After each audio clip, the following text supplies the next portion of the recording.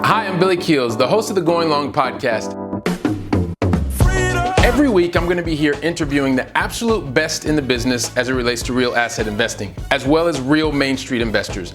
We're going to be having conversations where you can listen in, and that's going to help you to continue on your path to education so that you feel much more comfortable as well as confident in investing long distance. So make sure that you go ahead and subscribe to the channel. Make sure that you're liking it as well, because that way you can get every single episode as soon as it comes out.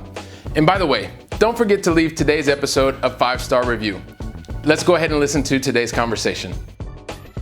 Welcome to the Going Long podcast. We're back once again to continue to help to educate you so that you feel much more comfortable as well as confident investing beyond your backyard. I'm your host, Billy Keels, and if you want to know how to successfully align yourself with your team to score goal after goal in real estate, then this is the conversation that you're going to want to listen to until the very last word, I promise, because today's guest is not only passionate about educating all professional athletes on real estate investing and the tremendous benefits of establishing a strong real estate portfolio, especially when life after the sports career begins. He's also, as a former goalkeeper with various clubs in the MLS, has a unique ability to help us because since 2011, he has been investing long distance from markets from California all the way to Texas. And I think he's even going to update us on that because it sounds like it's gone a little bit further than that. He's also an experienced consultant in sports as well as real estate investing. He has his MBA from the USC Marshall School of Business, and he is the principal at Driven Capital Partners, LLC. Gives me great pleasure to welcome to today's conversation, Mr. Dan Kennedy. Dan, welcome to the show, man. Thanks for having me, Billy. I think I'm just going to try to hire you to give me the intro every day. I love it. Well, the team gives us all kind of stuff. There you go. There we go. And so listen, by the end of this conversation, the entire Going Long family is going to be super motivated, reaching out to you, talking to you, and all that kind of good stuff. So let's get into it, man. As you know, I ask everybody the same 5 questions, 2 in the beginning, 3 at the end, and then in between, you and I are just going to talk about life, and we're going to help people understand and get to know you and connect with you. So first things first, Dan, help us understand, man, where do you live in the United States? Long Beach, California. We live in LA County, Los Angeles County, on the beach, very close to Orange County. We're actually the border between LA County and Orange County in Southern California. Climate's great, probably pretty similar to Barcelona's throughout the year. And just nice, easy, quiet town, beach living. So we're pretty fortunate where we're set up. All right, fantastic, man. We gotta love that, and yes, it's very similar to Barcelona. So so cool. So listen, Dan. The other thing is, man, what's the most positive thing that's happened to you in the last 24 hours? Well, we have throughout the week, we always try to get the kids out and about in the afternoon and activate their time with activities that'll challenge them to grow. And I grew up in team sports. I believe in team sports. Yesterday was Tuesday, and Archer, my son, who's 5.5, is participating in a Peter Pan play. So we grab a blanket, head out to the marina, which is like right on the back bay on the ocean. And there's about 40 kids participating in this play, which, COVID is in our life. So getting these group activities back is something we look forward to every week now. And I just love getting out there and seeing these kids express themselves.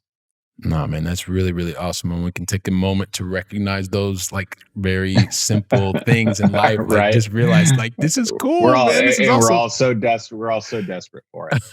Oh yeah, definitely. So thanks for sharing that, Dan. And listen, man, so here's the thing. I gave my high level view of kind of some of the things that you've done and why people should listen more into the conversation and things like that. But I would really love, and I know that the entire Going Long family would really love for you to share your own backstory in your own words. And I'm going to ask you if you can maybe highlight 1 or 2 kind of different decisions or actions that you made to help get to this point in your journey. And then you and I will take it from there to go forward. Yeah. Well, yeah, my story is a bit unique because I was a professional athlete and I wasn't a very good one. So I didn't make millions of dollars doing that. What I was focused on while I was playing was passive income, just because I knew as an athlete, your career is very, very short. You're thinking about retirement in your 30s. So it consolidates the timeline of your earning years, right? Most people think that they're going to work into their 50s or 60s or 70s. And I was looking at it like I'm going to work until I'm in my 30s, right? So I wanted to be prepared for retirement. That led me to aggressively invest in real estate. And my timing was impeccable. It was post Great Recession in the United States. My focus was purchasing single family homes that I believed were of value in a good neighborhood, good location, and with a little bit of rent comp analysis in the neighborhood, I could understand that immediately upon acquisition, I was going to have 8 to 12% cash on cash return.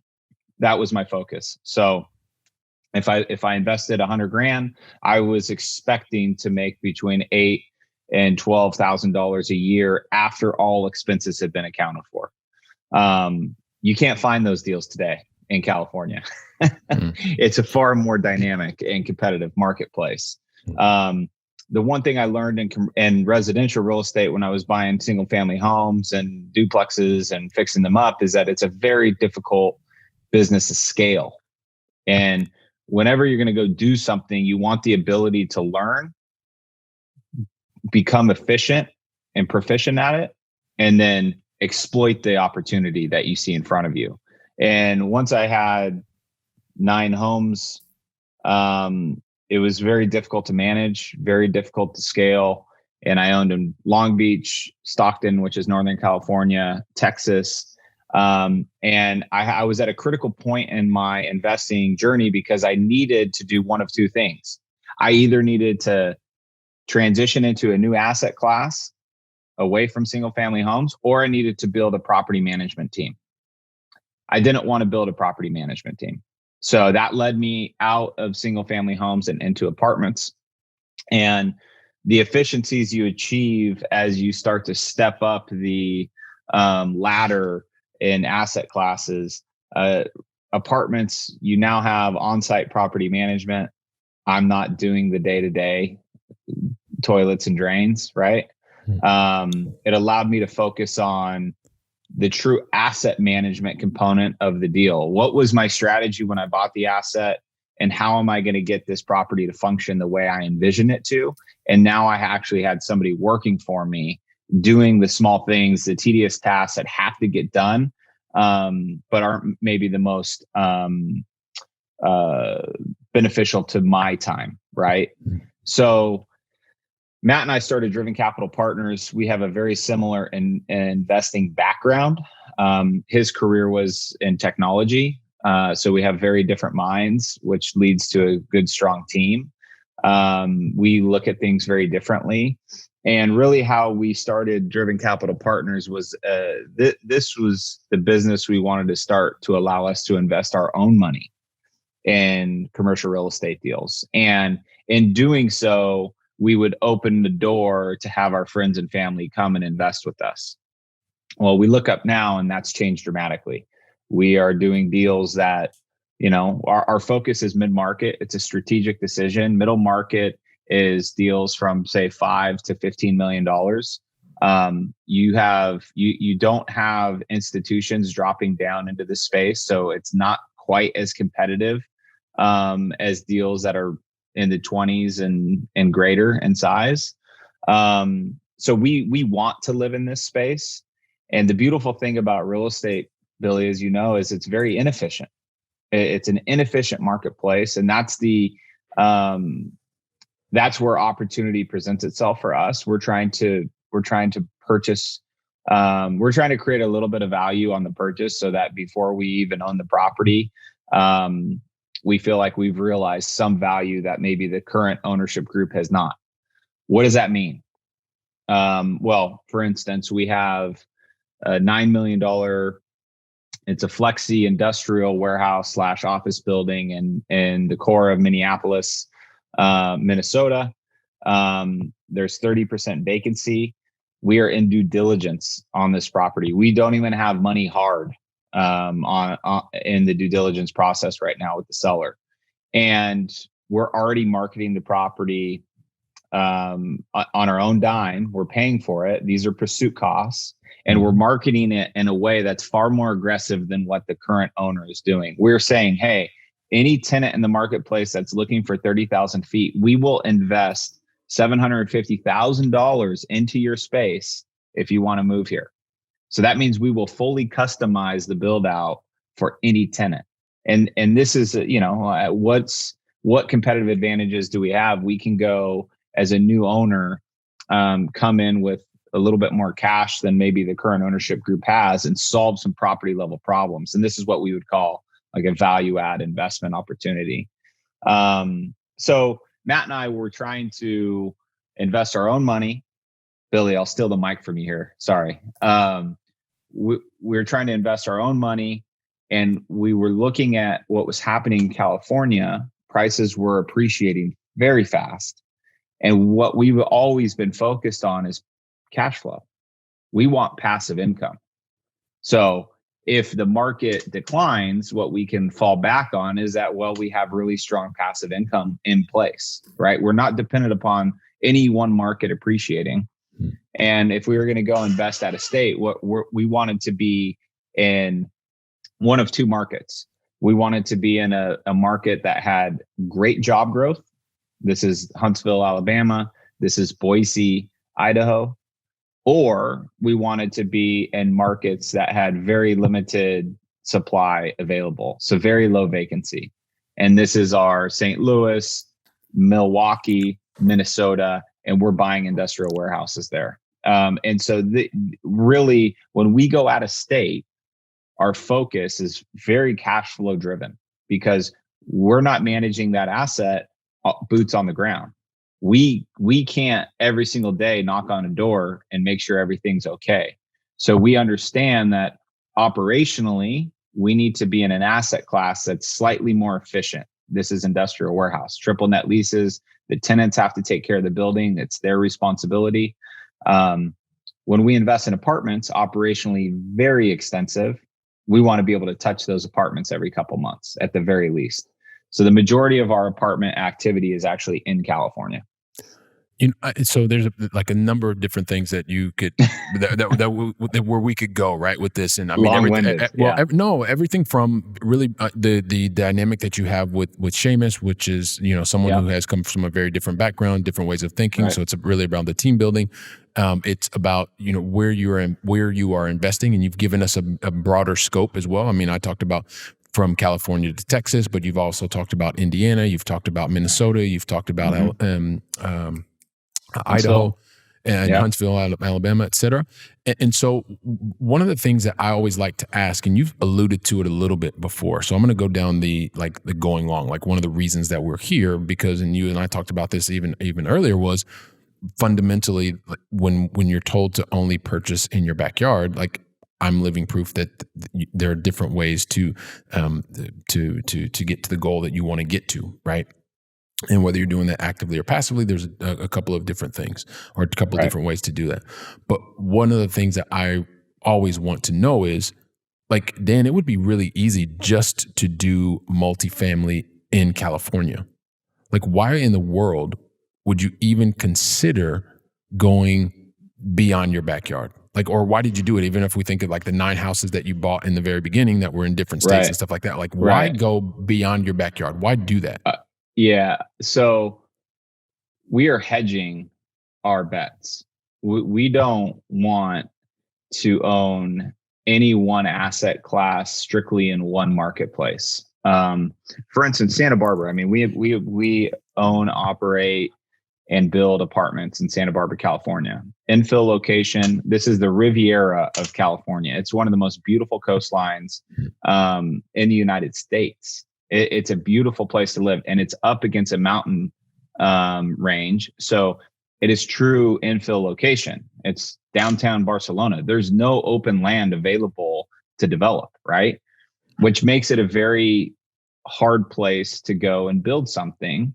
And what we've built there, though, is a team, right? We have an amazing broker network connection. And I've known these brokers since early 2000, okay? So long-standing relationships. Amazing property manager, an amazing general contractor. So when we go to build apartments, we know we can come in under budget, right? We know we can stay on track, and we have a fantastic gal who does all of our planning and coordination with the city. We lean on her experience. She's better at it than we are, right? And we're willing to pay for that. So that's a place that we love, but at the same time, this is a value add marketplace. This is an appreciation marketplace, and real estate can be cyclical, as everyone knows that's invested in it over any period of time. So what we want to do is we want to hedge against that, right? If our property valuations are declining because interest rates go through the roof, something happens greater in the economy, well, we want to be able to say we have assets that we're invested into that we can lean on that are cash on cash, 8 to 12%. The same principle I talked about when I was investing in apartments. This is where real estate's brilliant. It's not rocket science, but it is a discipline, right? Like we ask ourselves before we pursue any one property, does this meet our investment criteria? And we should not go outside of the box of our investment criteria. So we buy out of state and we buy in multiple marketplaces because truly we want to be diversified. And so I love the way that you just broke that down for us, right? And then one of the to help us understand why you would do it, right, in terms of diversification, and it's a risk mitigation factor at the end of the day, yeah, right? Absolutely. And this is absolutely. this is another one of the aspects, Dan, where you're helping us to understand like it can also be a defensive play as well, right? Correct. And so yeah, that's how we view it. Which I think, and this is being able to express these types of ideas and help people understand that is just another reason that you can and should look to invest beyond your backyard. And also you talked about the team aspect, and this is something that's really interesting. But one of the things I've not heard before, which I really love how you broke it down, is I'm in a similar mindset, but when you go beyond your backyard, depending on how far you're going, you talked about you want to have the least amount of different things to manage as possible. Because you talked about if you're in your particular criteria, if you're going to go long, as I like to say, you want to try and do as much industrial or triple net lease kind of stuff as possible. Why? Because once again, you're able to take advantage of the inefficiencies in a specific type of market or location, and you're also mitigating the type of risk, which are all the operational expenses and risks that come with owning any type of asset. I just want to make sure that I understood that correctly, and that the Going Long family understands that correctly. And also, please feel free to build on top of that. Yeah, I'll build on it. And the other component to this is we own a bunch of Midwest industrial, but our property management company manages all of it. So we now have a very streamlined reporting, and it's uniform to property. So I can have 10 properties in 4 different markets, right? 4 different states. But because my property management company is managing all of them, and that's what they specialize in, then I have this uniform reporting come in. So if it's Minneapolis, if it's Indianapolis, if it's Milwaukee, when I get the report on paper, I can quickly work through it. I can understand where the inefficiencies are, and then I can get on one phone call every month after the checks have come in, after the expenses come in, and I can run through the tag list of all those assets with one property manager. So this is touching on scale as well, right? Like we are exploiting a relationship of experts that manage assets. And now because they manage assets in a geographic region that we love right now, then we're going to have this ability to go and manage for a small shop of, it's me, my partner, Matt, we have 2 employees. For a small investment shop, we can go and kind of flex the muscle and go manage a couple $100 million of assets. So, okay, fantastic. Love that. And being able to, as you say, a smaller boutique shop, being able to manage hundreds of millions of dollars worth of assets, then that is something that allows you to scale in the way that you want to be able to scale. Right. Let's get back to one of the things that you're super passionate about, right? And I talked about it in the very beginning. And we've been fortunate here on the Going Long podcast to also have other professional athletes that all have come and shared their stories. You specifically talk about, and even for yourself, like when you were playing professional sports, like at the highest level, you were thinking about life after retirement, which started at 30. I had to. Right. Right. Yeah. So you're thinking about it. But today you're really passionate about making sure that other professional athletes are starting to think about it now, even if they're not. Like they may just be out spending and spending and spending and think it's going to go forever. So talk to us about, like, where does that passion come from to specifically to help other people, other professional athletes now, and having real estate be one of the vehicles that can allow them to do that? Yeah, well, it's part experience, part like relationship driven. I know personally how, first of all, how difficult it is to build a professional career in athletics. When your highs can be high and your lows can be really low. It's a very dramatic setting to work in, right? And you can feel like you're on top of the world one minute and then down in the dumps the next. And it can happen in an instant. And that's why it's such a great application for kids to be in sports, because it teaches you a lot about life and getting up when you get kicked and you're down, right? But the reality is life comes at you fast, Billy. You know that. You moved to Barcelona in 2005 and you were like, well, I'll probably be here for a few years. And here we are. You're still there, right? And the same thing happens in your career. You never know when you hit your peak. You don't. I hit my peak 2012. In 2012, I thought I had another like 3 steps to take up the ladder. And so this is the mindset athletes are in. Oh, I can do better. Oh, I can do better. I can do better. I can make more. I can make more. I can afford this, right? And you get stuck in this world where your expenses quickly grow. And when you retire, your income, it doesn't just, oh, I took a different job and now I'm making less money, but I'm still making good money. No, you're going from potentially making millions of dollars to making nothing, right? And if you go and get another job, you're making like entry-level wages, 50 grand to 150 grand, which is to some people is a lot of money, but you have to remember these people are used to making millions of dollars. Yeah. So, and spending millions of dollars. And spending it. And so when you look at, we talk about assets and liabilities, and is your home an asset or a liability? Well, if you're paying for it out of your own pocket, it's a liability, right? This is why we love rental properties. It's an asset if someone else is paying for it.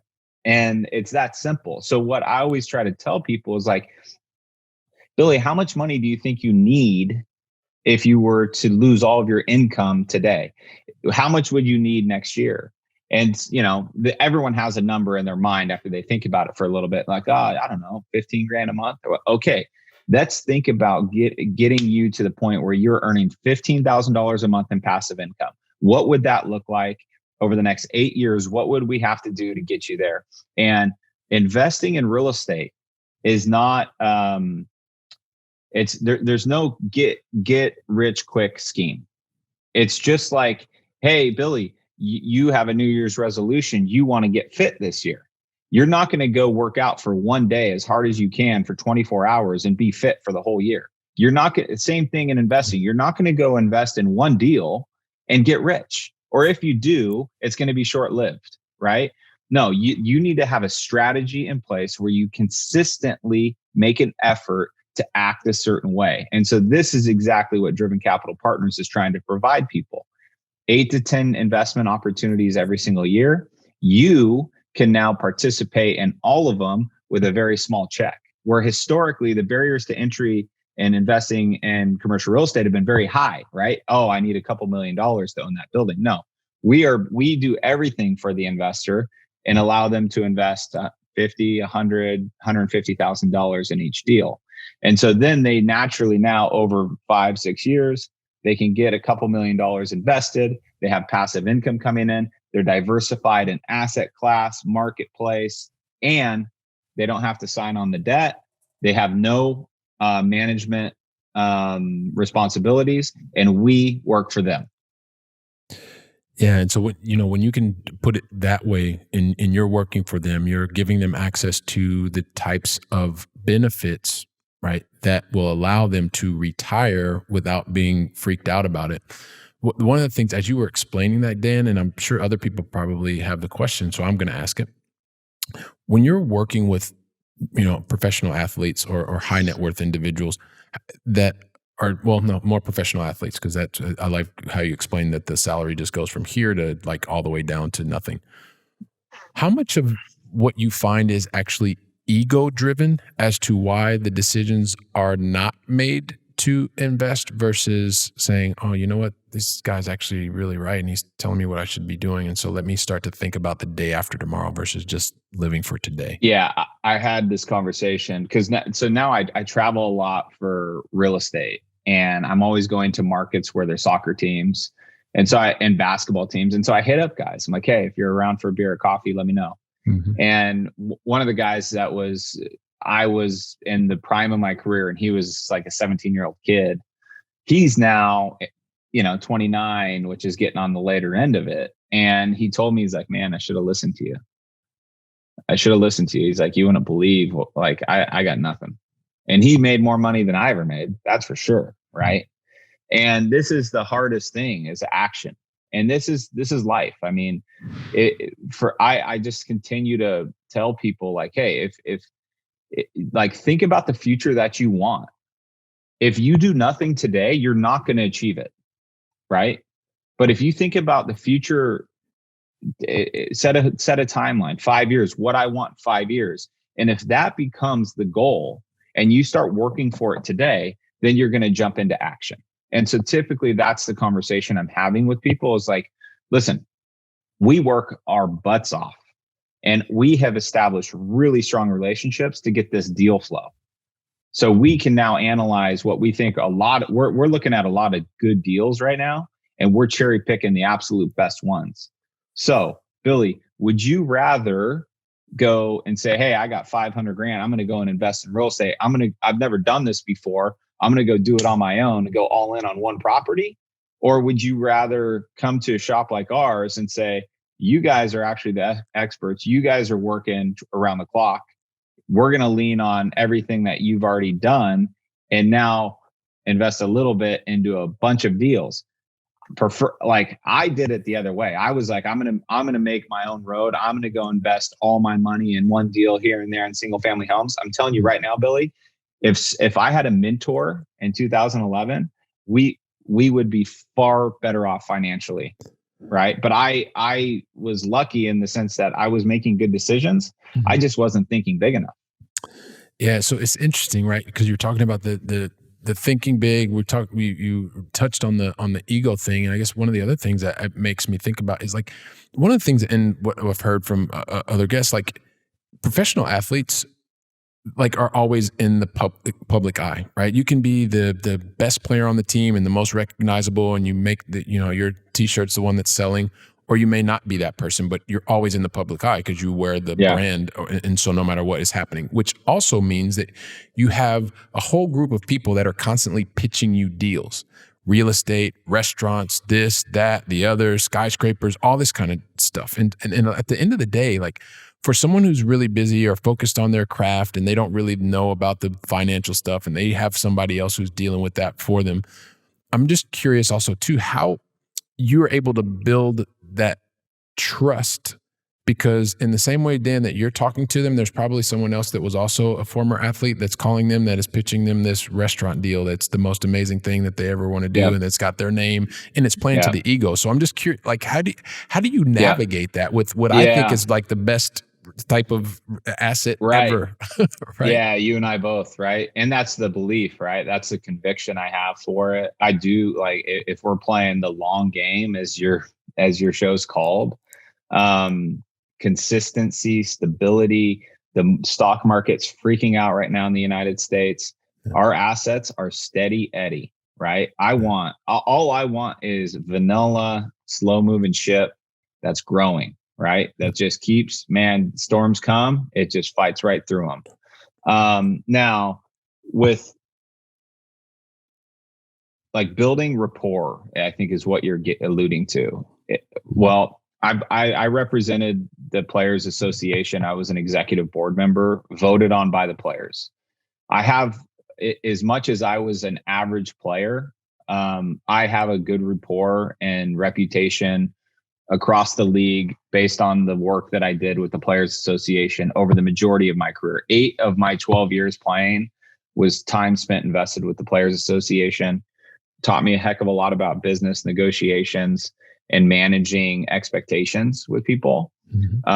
That's what we try to do with our investments, is have really concise, clean quarterly reporting. In the end, track record is going to speak for itself. So to your point of playing the long game, as much as I invest for the long term and thinking about where we want our lives to be in 5, 10, 15 years from now, with players, athletes, any one of our investors, I'm never pitching you a deal. It's not my style. I'm never asking you for money. I'm never, in fact, I've never, if somebody says, Dan, I'm in, I've never said, hey, can you come up 25 grand? In fact, more often than not, I say, okay, how much you in for? Let's talk about it. Let me bring you down 50%. I'm going to cut you in half on this deal, because I would rather save some of your cash, let you see how this plays out. And in 3 months, if you're really happy with it, let's get you in another deal. Yeah. So I think that, and we're starting to tell this story more of like, hey, we sold assets, people are doing really well with it. So those two things of when people talk to me, I'm like, hey, Billy, it's an opt-in. We've built a really nice investor data like software system. You can see deals.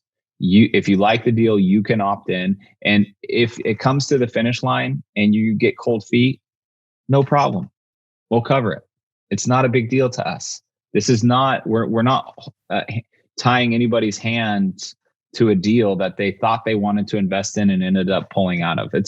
So that's it. It's like Driven Capital Partners is doing this deal with or without you or anybody else. If you want to be a part of it, we would love to have you, but we do not need you.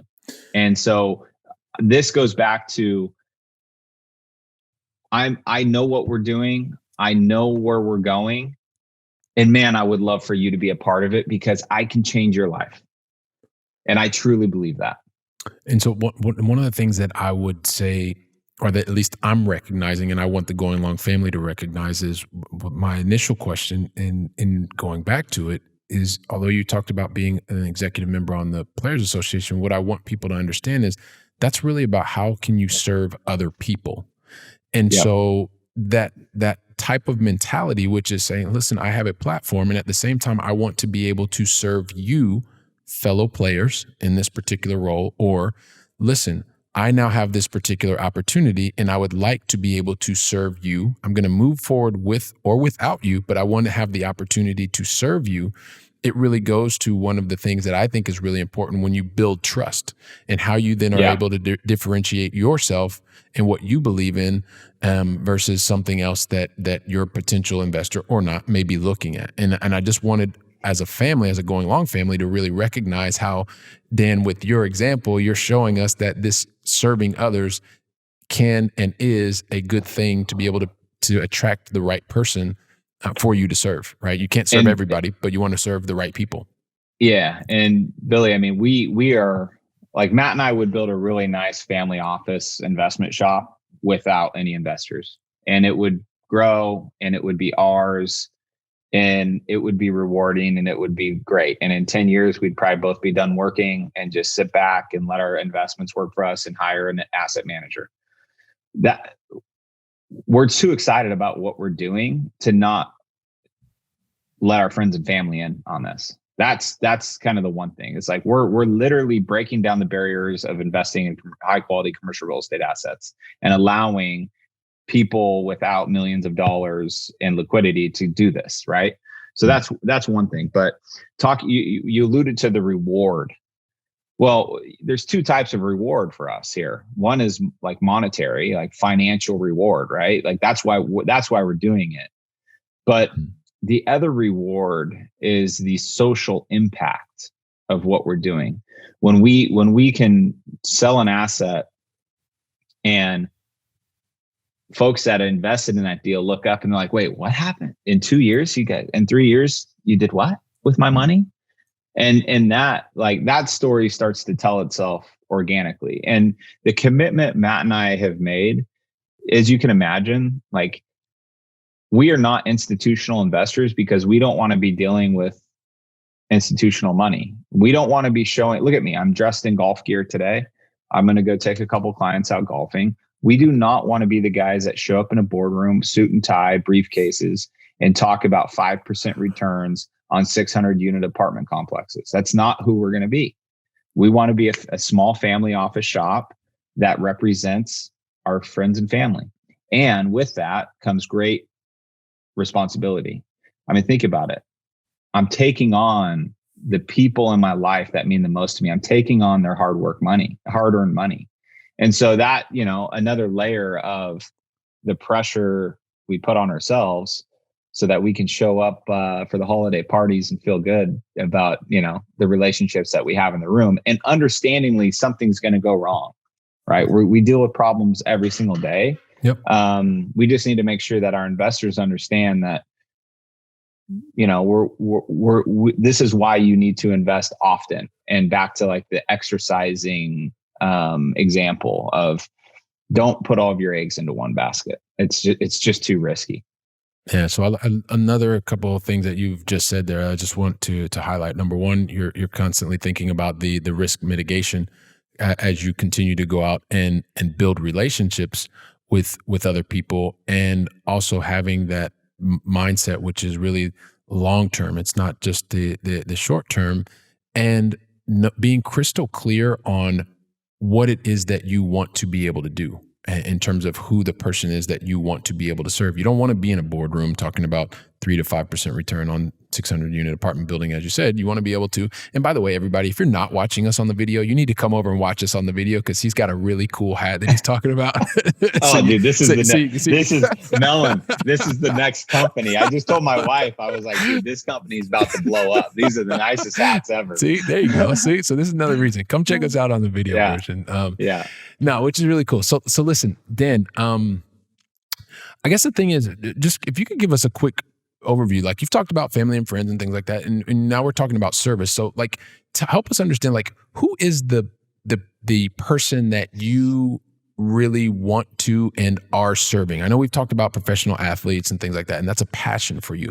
But as you're serving more and more people, I'm assuming that it's not 100% professional athletes. So maybe give us an idea of who are the other people. Yeah, I mean, Matt worked at Facebook. His wife works at Google. My wife works at a company called Revolve Clothing. It's an online retailer that's publicly traded.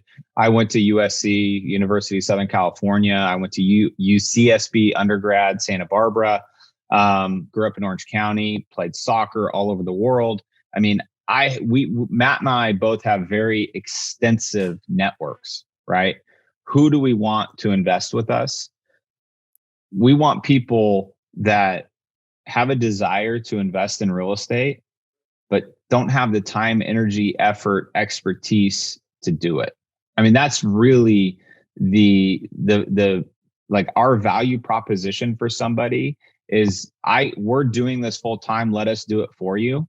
And you can go, like, it allows those people to go and do what they do to earn money, earn a living, or be retired, right? Because we have two groups right now. Yep. Some folks are retired, just want to continue to get passive income. Other folks are in the prime of their earning careers. They're working really hard. They have young families and they don't have the time to do this on their own, right?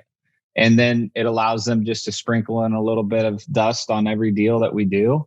And the people that started this with us 3 years ago look up now, and it's really rewarding because they've invested a lot, they've committed a lot to us, right? But now they're seeing, really nice streams of passive income coming in every quarter, and they've seen their equity grow over 3 years. So we continue to want to partner with good people. Matt and I are the first investors in every single deal. We typically will not allow investors to invest more than we invest. And that's because we want to take on a lion's share of the responsibility. Yep. Completely makes sense, man. And helps us to understand really who you are serving and who you're continuing to want to serve. And I guess I would say, just as a comment before we go into the going long final three and get ready to wrap things up, like there's just no feeling like that. Because I never thought I would be writing checks to limited partners, people that have entrusted their goals, their dreams, their futures to some extent to my company. And so the same way that I see that smile on your face as you talk about making those distributions, you didn't say that, but that's what you're talking about, is because you're really delivering on the trust. And so there's nothing like being able to do that. And yes, it doesn't work out every single time.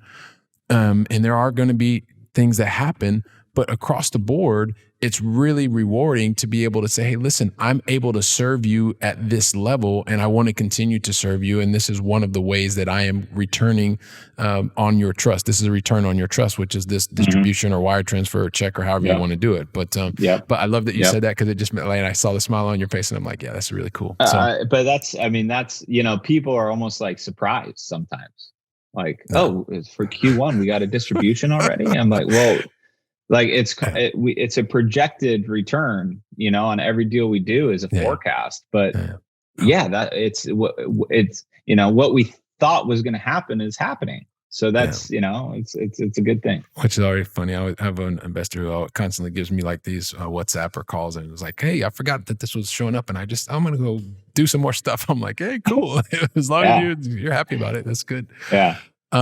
So listen, Dan, like the thing is, we've got to get into the going long final three, but the thing is, I never ask anybody at the going long final three unless you tell me that you're ready. So are you ready? I'm ready, buddy. All right, here we go. Listen, man. So we started with you over on the left coast of the United States, and I want to bring it back this way to Europe, and you're super well traveled. So this is going to be really simple for you. I'd love for you to know, or I'd love for you to tell us, because the entire Going Long family wants to know, what is your favorite European city that you've either visited or still on your bucket list to visit? Well, yeah, I mean, we talked about how much I love Barcelona. It's number 2 on the list. Okay, so don't take that personal. No, I don't. My wife and I traveled through Florence, Italy, and we fell in love. And my wife is half Italian. We were staying at the Westin on the river, and we just had the most romantic getaway. It was such a special moment in our lives. Great food. It was just a great few days that we got to spend there, and we need to go back. So Florence, Italy, check it off the list. All right, cool. And if we have to, give number 1 to Florence, and that's okay. That's cool. And when you're on your way back over here to Florence, if you want to stop by Barcelona, let me know. We'll meet up. We'll meet up. So listen, so appreciate that. So Florence, another vote for Florence. The other thing is, Dan, like being fortunate and seeing lots and lots of successful people and watching successful people, like one of the things that I've noticed is that really successful people like only make one mistake, which is probably the reason that they're okay. I keep getting that wrong. Like every single time I get it wrong all the time, but I guess I get all nervous and stuff. Well, hey, we all make mistakes. I mean, this is what it is. This is exactly what it is. And so the thing is, like, joking aside, I think when we watch really successful people, the thing is, successful people make loads and loads and loads of mistakes or learning events or whatever. The difference is really successful people usually take away at least one lesson. And so you're an extremely successful person. You've achieved at the highest levels. So I'd love for you to share with the Going Long family, Dan, like what is the one lesson that you would pay forward to the Going Long family that would really help them to be able to move forward faster and with more confidence? Yeah, well, I mean, a lot of this investment strategy that we have is partnerships, right? We partner with our investors partner with us. We've partnered with other sponsors before. I've passively invested with other sponsors, and all deals look good on paper. Right? So at the end of the day, what you need to be comfortable with and confident in is your partnership. If something happens at the property level that is unforeseen, what you need to be able to do is call somebody that you trust and know that they're going to put your interests before theirs, or at least have your interests aligned, right? We try to set up every single deal so that our interests are aligned with our investor. If the deal goes really well, we all make really good money. If the deal doesn't go as expected, the investors get paid first, right? Like that's a great way to structure partnership. But people are far more complicated. So you need to make sure that what you have on paper in an agreement is something that you can live with if something goes south in the relationship. That's as clear and concise as I can be on if I could pay something forward before you invest with anybody else. Make sure you feel really good about that person, the people that you're investing with, because again, the deal's on paper. It's on paper. Yeah. Love that, man. Love that. And it makes so much sense. So much sense. This is the third of the Going Long final three, man. And then we're going to wrap it up, Dan. So we always love to fill everybody's brain with knowledge. So what is the one book that you would recommend to the Going Long audience? Man, I have, it's fun. So you have your books behind you. I have mine in front of me. Whenever I'm like in contemplation, I always sit back and look at all these books to remind me like these little lessons from people that are far more successful than me. Tools of Titans, Tim Ferriss is kind of top of the list right now. We live in this fast moving world. And I think you and I have a very similar mindset. It's a growth mindset. We're not very comfortable in who we are today, and we want to be better tomorrow. Right. And so Matt and I challenge ourselves. We challenge our employees. My wife challenges me to be better every day. And I need this. And so Tools of Titans, it's a long read. Tim Ferriss does a great job of breaking down some key principles and attributes of some of the most powerful people in the world.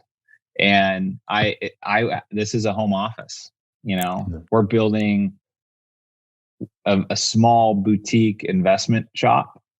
And I walk into this office every day and I get to work and I grind and I think about the lessons that I learned from books like The Tools of Titans.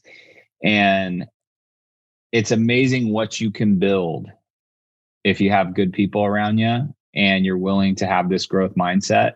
And you don't have to have the skyrise corner office in New York to do it. Right. So that's, we want to be a humble group.